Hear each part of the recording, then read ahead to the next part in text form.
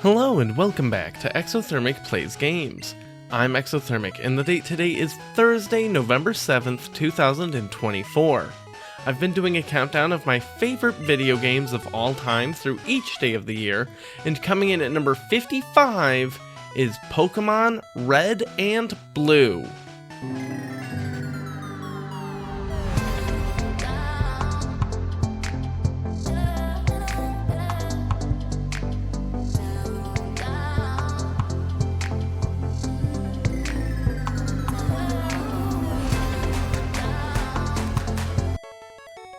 This is it, the OG, Gen 1. I want to mention at the top here that, as I have done with every mainline Pokemon title I've ranked so far, there is a separate companion video to this one where I rank the individual Pokemon themselves introduced with the generation. I'm sure this is the generation people will care to see those rankings the most, and I'm doing all 151, so make sure to go check that out. It's got a new format compared to the previous ones, and I'm very happy with how it turned out. The link is in the description below. I generally assume people are aware of the overall structure of Pokemon games, but I'll give a quick overview before I get into the specifics that make the first games so interesting. You live in a world of adventure and adorable little monsters called Pokemon, which you could tame and battle with against other trainers. Pokemon have different types such as fire, water, fighting, grass, poison, and so on, and can learn up to 4 attacks at a time. Many, but not all attacks do damage and have their own typings, and the damage is in part determined by the type of the attack and the type of the Pokemon defending. For example, Flamethrower, a fire attack, is super effective against a grass Pokemon, but not very effective against a water Pokemon. As you capture more of your own Pokemon, you train them and level them up, causing them to evolve into bigger, stronger versions of themselves, and take on a series of increasingly difficult gym battles, culminating in challenging the Elite Four and overall champion of the region, becoming such yourself. Along the way, you become engrossed in a conflict of a larger scale, and wind up saving the region from some terrible trouble. The end. There are a handful of quirks, however, with this first title that I think are pretty endearing, and a couple that also definitely show their age. I'm going to assume most people are generally familiar with the story beats here, and not to do my typical thing of explaining narratives to provide context for whatever things I think are important. I'm just gonna kind of talk about stuff. I do want to mention, if it isn't clear here yet, I am playing Pokemon Red.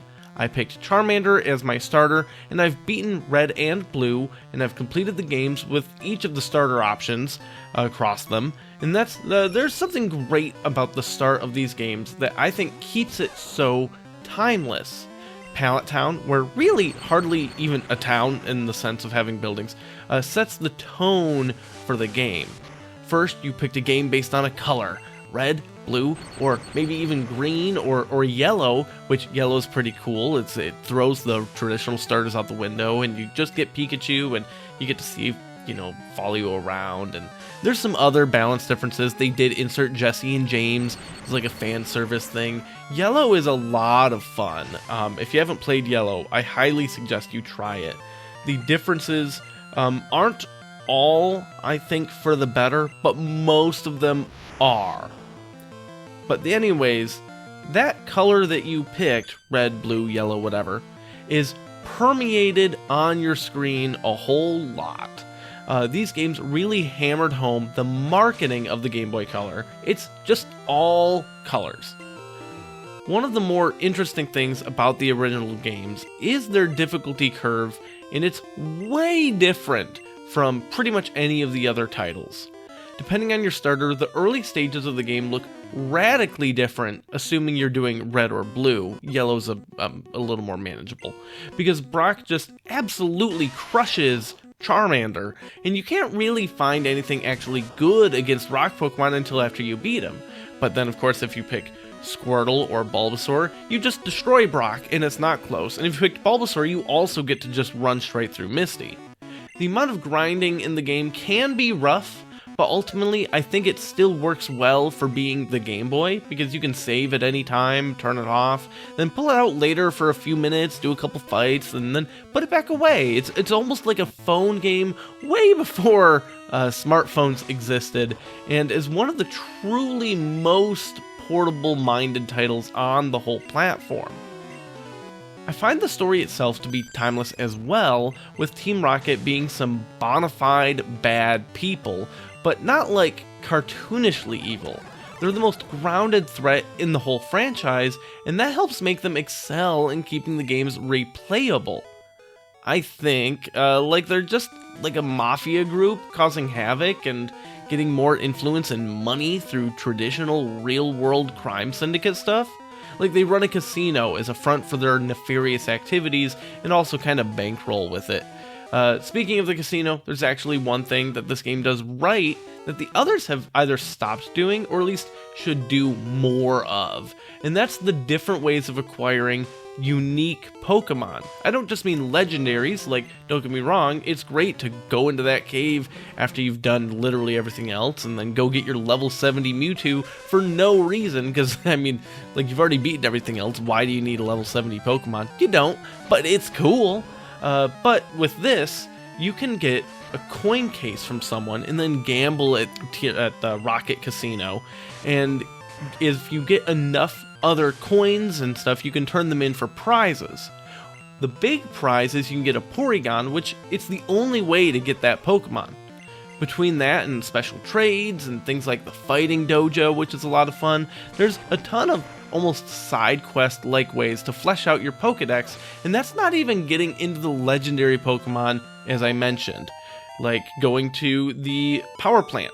There's no reason to go to the power plant, it's not part of the story.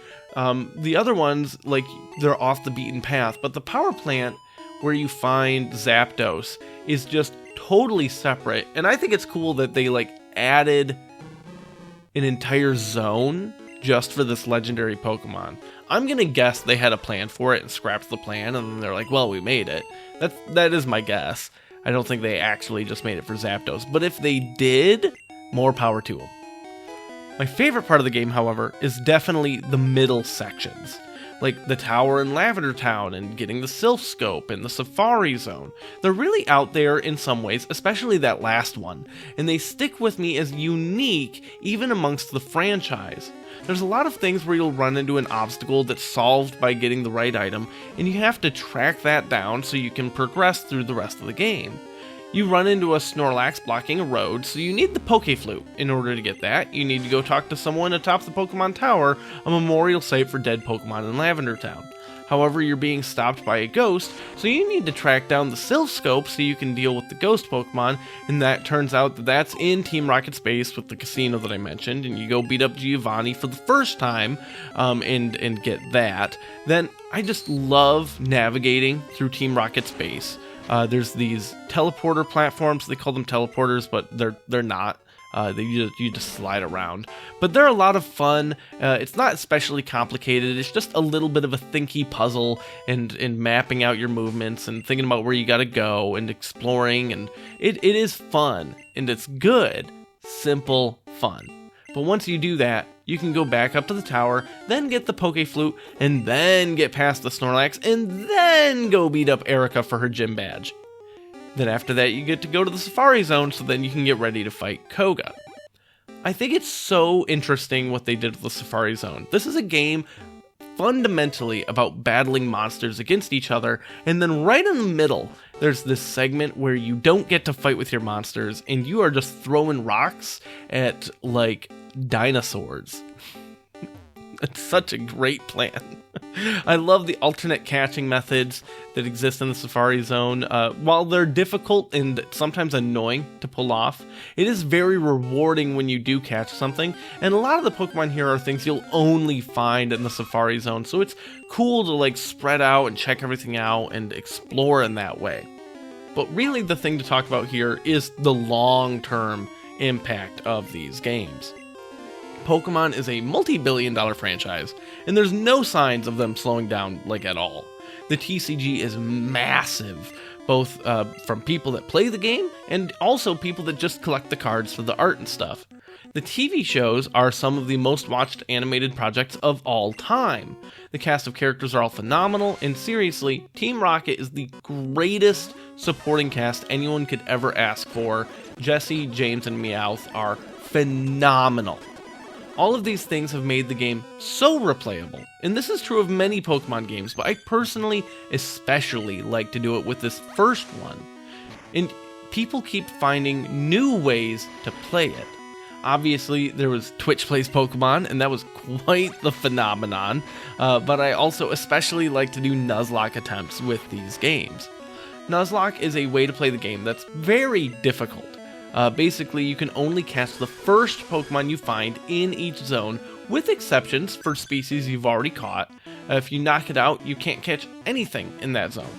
On top of that, your Pokemon have permadeath, so if they ever get knocked out, you have to release them. This creates a far more interesting dynamic where you get really invested into all of your Pokemon, and losing one is very painful.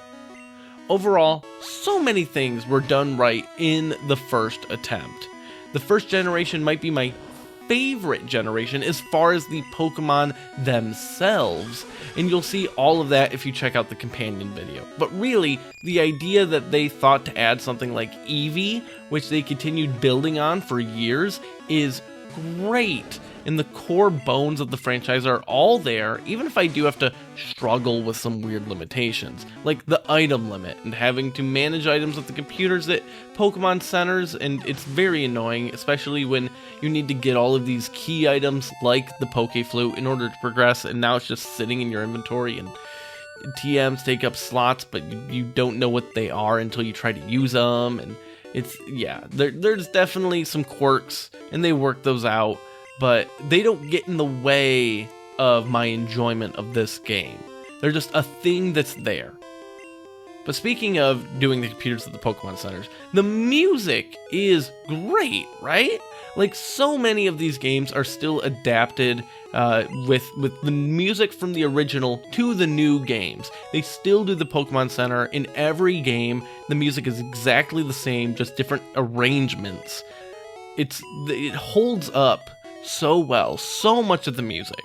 The game's sense of humor and kookiness are actually also, I think, better than any of the other games, like Bill turning into a Pokemon and needing your help to set him free. I feel like that really helps set the tone of the TV show, actually, where we get great puns like turning Brock's trusty frying pan into a drying pan. Yeah. Join me tomorrow as I talk about my 54th favorite game, where I learned I should not be a part of the Bomb Squad.